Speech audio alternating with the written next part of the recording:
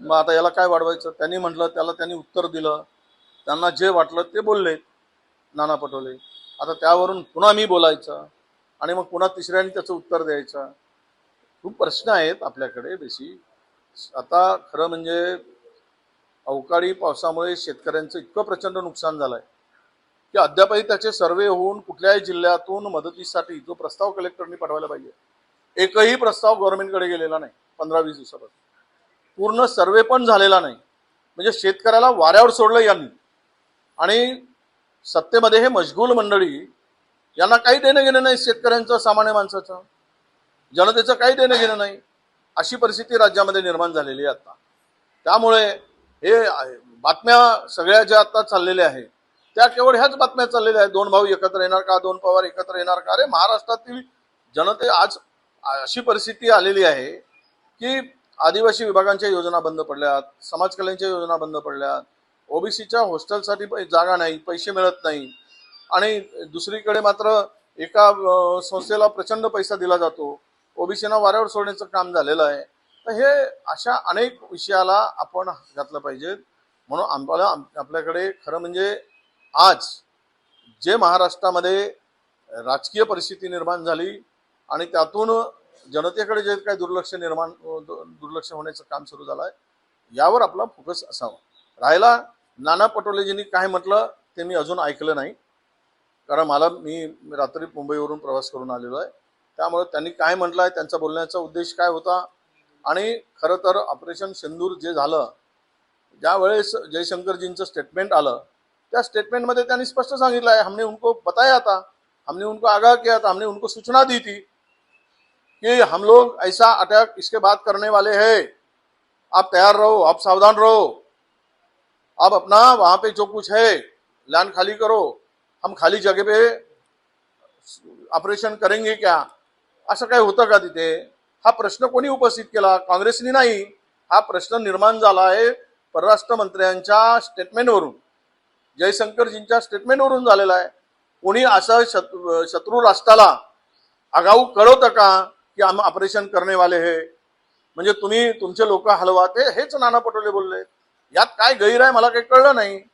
मुळात ज्या गोष्टी विरोधकांनी मागायच्या असतात त्यात पाकिस्तानचा काय संबंध आला? आमच्या राज्याचे महसूल मंत्री म्हणतात की काँग्रेस का हात पाकिस्तान के साथ.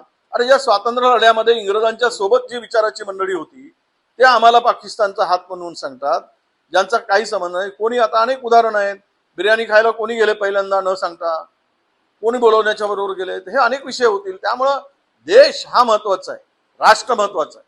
आणि राष्ट्राच्या संदर्भात विरोधी पक्षांनी सत्ताधाऱ्याकडे प्रश्न उपस्थित करणं, मांडणं आणि त्यांना त्याचं उत्तर मागणं हे लोकशाही परंपरेतला भाग आहे.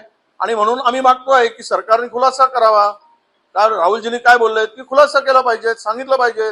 जवाहरलाल नेहरूजींनी ज्यावेळेस 1962च्या याच्यानंतर पाकिस्तान आपला चायना वार झाला, त्यावेळेस नेहरूजींनी स्वतः पार्लमेंटमध्ये दररोज काय परिस्थिती होत आहे, कोण काय सीमेवरची परिस्थिती काय आहे, कोणाचं किती नुकसान झालंय हे अपडेट देत होते. मग सत्ताधाऱ्यांनी काय असं हे केलंय की लपवाछपी करायचं कारण आहे?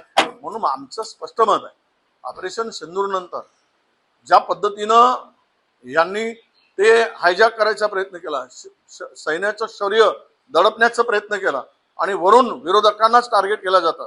अजूनही 4 अतिरेकी का सापडले जात नाहीत?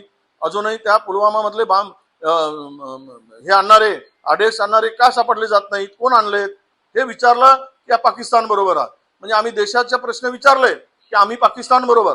आणि हे देशभक्त ज्यांनी सातत्यानं देशाच्या स्वातंत्र्यामध्ये आडकाठी आणली ते देशभक्त झाले. त्यामुळे नाना पटोलेजी बोलले ते एखादी वाक्य जर चुकीचं बोलले असतील तर ठीक आहे, पण त्यांनी बोलले त्यातली अनेक गोष्टी सत्य आहेत.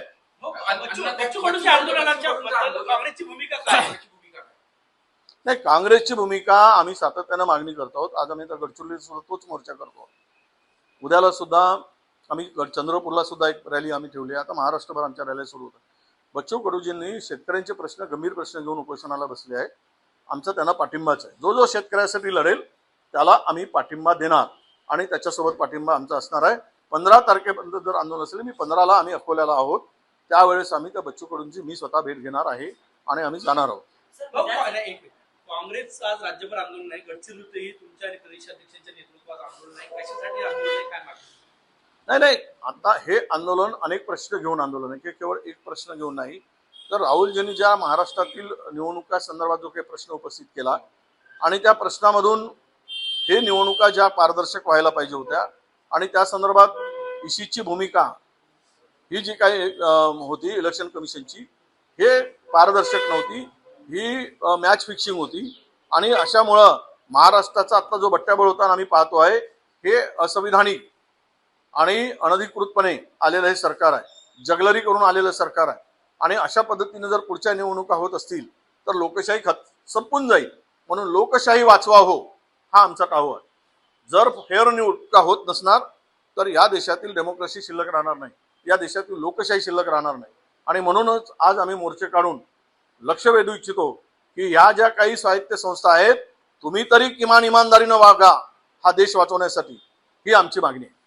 राष्ट्रपतींना पत्र लिहून म्हटलंय की महाराष्ट्रातल्या विधानसभा निवडणुकीमध्ये गोंधळ झाला, उच्चस्तरीय चौकशी झाली पाहिजे.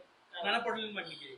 नाही, हे बघा, त्यांनी मागणी केली, आम्ही मागणी करतोय. विषय असा आहे की या संदर्भातली चौकशी व्हावी म्हणूनच तर राहुल गांधी बोलतायत ना. या निवडणुका पारदर्शक झाली नाहीत म्हणूनच आमचे नेते राहुलजी सातत्यानं म्हणतायत. त्यांनाच दोषी ठरवण्याचं काम झालं. जे काही उत्तर दिलं गेलं त्या उत्तरामध्ये काही दम नव्हता. जे मुख्यमंत्र्यांनी उत्तर दिलं त्यामध्ये काय विषय होता, जे ज्या प्रश्नाचं उत्तर आम्हाला इलेक्शन कमिशनर कडून आवश्यक होतं, ईसी कडून आवश्यक होतं, ते उत्तर राज्यातील लोक देत आहेत. आम्ही तुम्हाला प्रश्नच केला नाही. आम्ही प्रश्न कोणाला केला? आम्ही प्रश्न भारताच्या निवडणूक आयोगाला केलेला आहे आणि त्यांनी याचं उत्तर दिलं पाहिजे. त्यांनी आम्ही मागितलेली माहिती का दिली नाही, का लपवली, आणि हे त्यातून ही गडबड झालेली आहे हे सिद्ध झालं आहे. लोकांच्या मनातली, लोकांनी निवडून दिलेले सरकार नाही, तर हे बनवाबनवी करून